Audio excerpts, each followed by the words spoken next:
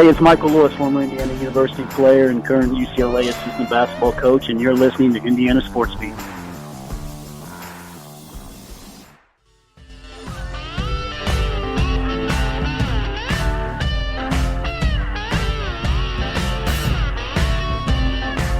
Welcome back to Indiana Sports Beat with Coy O'Leary coming to you from the Golf Club at Eagle Point Studios, powered by Rivals. Joined now by the fifth all-time leading scorer in Indiana basketball history, Brody Boyd. How are you, sir? I'm doing well. How are you guys? How you guys? Can't complain. Todd O'Leary's sitting right beside me. Hey, buddy. How are you? I'm well. How are you, Todd? I was a big fan, buddy. I enjoyed watching you. That just means I'm old, but I really, really appreciate you saying that. He actually said the same thing about you. I did say that. I remember I watched your career, and I loved your grittiness. I was convinced if you'd have been my age, you'd have been playing at IU just like I did, because you had that bulldog look on your face all the time. And I know Coach. Well, I appreciate that. I didn't really have a choice. If I didn't, I wasn't going to play in the Big Ten. Period. Not at 5'10". This ain't going to happen. Yep, understood. Yeah, it would have been great to have you here, but you got a lot of things going on now down in southern Indiana, running a basketball academy in Sullivan and keeping things lively down in the southwest part of the state. Yes, sir. Yes, I am. And, it's a crazy time now because I've never looked so forward to work in my life, because you're not able to get into any gymnasiums, no YMCAs to give your clinics or your individual workouts and things, and kids can't even come to you. So, I'm really looking forward to getting back to work again, but yeah, things are going well for me and the kids in this area and basketball in southern Indiana, there's nothing like it. You're staying in touch with I know you have a lot of kids that you train and all that. How are you dealing with those guys? What are you doing, and how are you guys doing day to day? I do a lot of FaceTime. We're doing just as like everybody else is doing, a lot of FaceTime video stuff with, the kids with individual workouts, things like that, making sure they're doing everything what they need to be doing, from homework to, attention to detail, things like that. But, it's a tough time. It really is, because you can't really, be in the live mode with the kids, because obviously with the social distancing, the laws and things, which, we'll get there. Just got to take time and stay safe. Todd said he needs to get back in shape. He needs to come down and get into one of your programs. I'll give him a workout. That's for sure. Well, I'll just give it to him. I'm not going to attend. I'm not going to be in it. I can tell you that. You better my make days sure are over. Better make sure there's a defibrillator over there, or something to jumpstart me, because it doesn't take long for me to be out of breath. That's for sure. Well, I thought people were nuts when they said, Brody, when you're 30, you'll see your day's coming, buddy. They were right. They were dead right. Oh my! I had a buddy that was older. It didn't get any better. He used to train us, and he used to always say, and I specifically remember these words coming out of my mouth. He was like, "Man, when you get to be 40," and I was a senior in high school at the time. He's like, "When you get to be 40, your whole body just changes." And I was like, "Man," I literally said to him, "That's just something old people say. Like, what are you talking about?" And it's not so good. Like every day I wake up, I sit on the side of the bed and I try to figure out what hurts today. Like which part of my body you're am I going to have right. to stretch? And you're trying, I've got a 4-month-old, and I'm telling you, he's starting to get into things, and I'm telling him, like, buddy, you don't know what you're doing to your dad. God.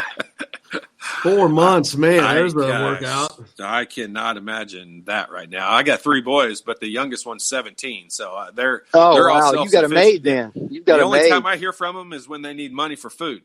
Sure. That's the nature of the beast. You know how it is. We've all been there. That's for sure. No doubt. Brody, talking about the sport, there's a lot of great recruits right now. Recruiting going pretty heavily, though, even though we're in this weird time. Recruiting has not slowed down much.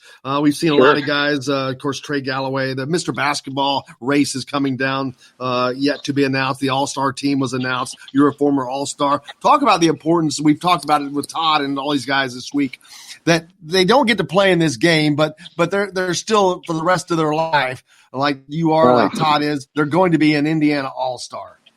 I feel, gosh, I can't imagine, because, even in elementary school, junior high, that's why you play basketball. That's why you work. You're working towards, that was my dream, to become an Indiana All-Star, and ultimately was to play for the Hoosiers at IU. But we had some kind of I won't go into it, but Coach Knight and my mother and things like that. But that's in the past. But Hey, that's what we're here for. We got all the time in the world now. Come on, we got all the time in the world. Yeah. Exactly. Stop it. Yeah, it's perfect. Oh man, if you want to get into that, you can go on. Yeah, you can look it up online. It's on there.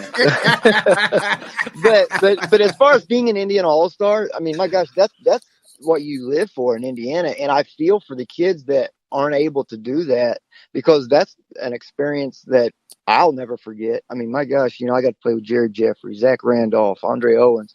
We were in Austin Parkinson, Brett Busher. We were loaded that year in 2000, and to be able to go, to go to Kentucky and play there, and then come back to Indiana, and I think we won by 30 both times, and that's just tough. You feel bad for the kids that can't experience that or are not going to be able to, because that's something you just won't get back.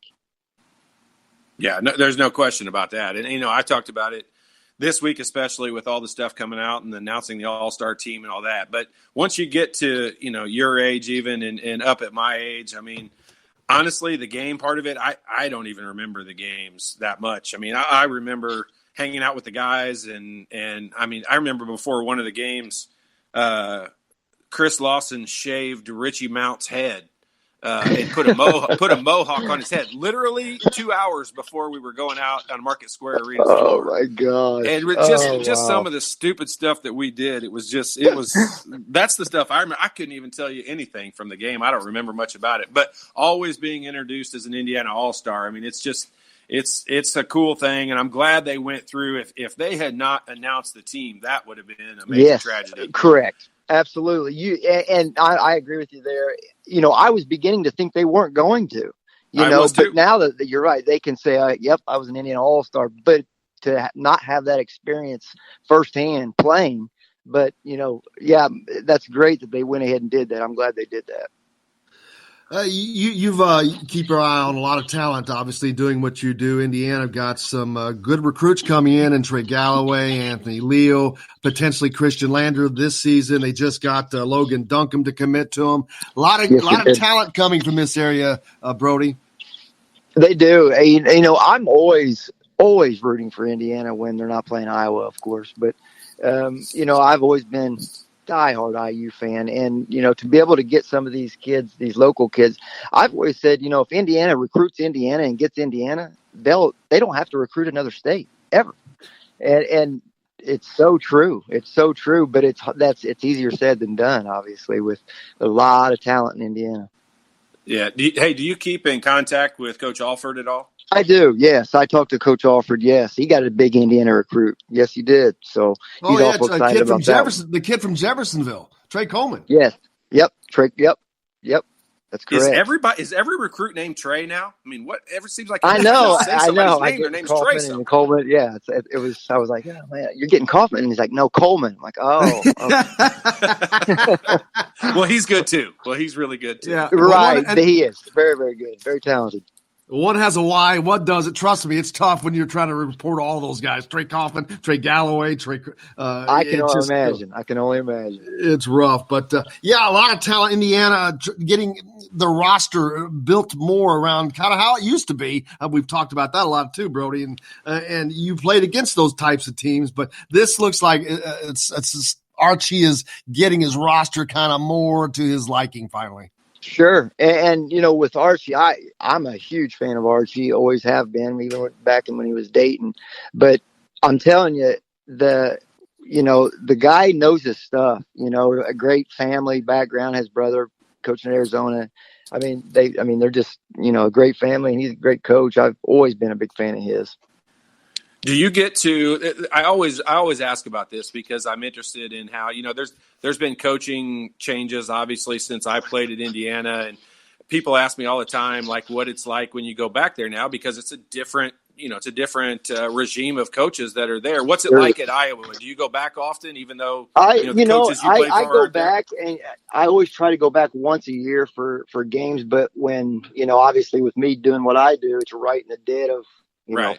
bam, what I'm doing with basketball and things, and it's tough. But I was fortunate enough to get the Chris Street Leadership and Integrity Award when I was at Iowa in 2004, and that's something I always go back for every year. And Iowa Hawkeyes, their pro sports is Iowa basketball and Iowa football, because there's no pro sports in Iowa. So that people that black and gold, they live it, they breathe it. And when I go back, it's like you just left. People treat you the same, and just a great place to play at. I don't have any I don't have any respect, about playing at Iowa. I'm so glad I played at the University of Iowa. I feel there's no other place that, I could have went to that would have treated me any better. Coach Alford was second to none. He was tremendous, great staff with Coach Lansing at Indiana State. And, just a great place, great facility, great community. Yeah, it's Iowa. It's kind of funny as I look around the Big Ten. There's teams that you kind of like, don't like, you really dislike. Iowa's was one of those teams that I've always been kind of neutral on. I kind of respect. I've always respected them. You always Hayden Fry, how could you not? Kirk Ferentz, how could you not? Even Fran. I love the Fran com, man. I mean, he brings some spice to the game, and they're doing pretty damn well. And not only that, his son brings some spice to the game too. Because he's not afraid to get in somebody's face, and I think, with Fran, I used to work out Patrick and Connor McCaffrey when I was living in Iowa about, it's 2009, 2008, something like that. 10, they were just kids. And I coached Patrick's AAU team. And, I always knew that, those kids, they were going to be tough. They were going to be feisty. And, it was just a tough situation with what happened to Patrick McCaffrey there at Iowa.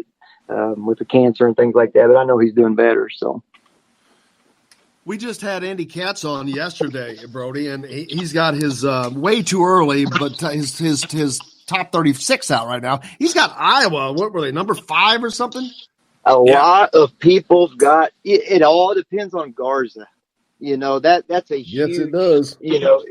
I mean, if he comes back, I'd say they're a top 10 team without doubt. But without him, nope, they're not a top 10 team. They're a completely different team. So, well, that's really why we had you on here today, Brody, is we want the inside scoop. And it's Garza coming back or not. And with we always say, well, he should just come back to school. That comes around once. Money's always going to be there. Well, with millions flashing in front of your face, what would you do? So, it's just a tough situation, and I know he's going to do well whatever he does, because he's a kid that loves to work. I remember Coach McCaffrey telling me, he says, Brody, he just loves to work. He loves to get better. That's why he's staying. That's why he said he just loves to work. And from what I hear, he is going to stay. So we'll see. I read an article that he and his dad went to Hawaii last year and ran mountains, like ran up the side of mountains and stuff. I'm like, what kind of training is going on these days? Like, I used to go out to the court and shoot extra free throws. And I think he's got an addiction to get better, and that there's nothing better if you're a coach. I know Coach McCaffrey was telling me, he's just the coach's dream, because he just wants to get better every day. So, when you see that kid that is declared for the draft and you're like going, who? Really? I know. What? Yeah. But I had the exact opposite effect when I heard that he may not be going. I'm like, what? Really? Yeah. He might be staying? Is he nuts? It was so. Yeah. I had that same exact opposite reaction. How you got to be crazy to stay, but at the same time, I don't know. It's a tough. I would love to be in that situation, but I was 5'10", white Caucasian from Southern India, so I wasn't going to have that opportunity. Yeah, I mean, I said it yesterday on the show. I mean, it's a $10 million decision for him in the long run. Absolutely. And I just don't see. I would love for this, for college basketball in general, it would be just awesome to have him back. From Indiana's perspective, I hope he goes to the NBA.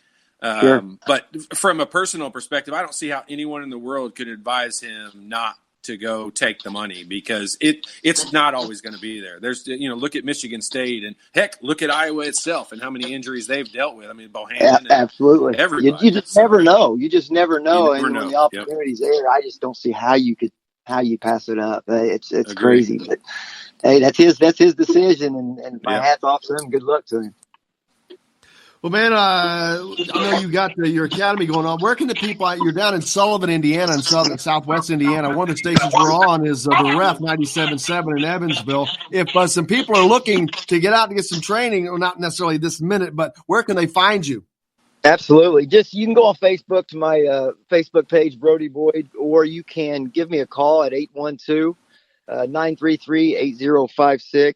And I do a lot of individual workouts, team clinics, a lot of camps in the summer times for different schools of all ages. I don't just work out with, big time varsity players and things like that, but, our college players, I work with girls. I work with, kids that are, kindergarten through 6. I enjoy it. It's a fun age. And, I think I'm a kid at heart. And I think that's why I chose to work with kids at all different levels.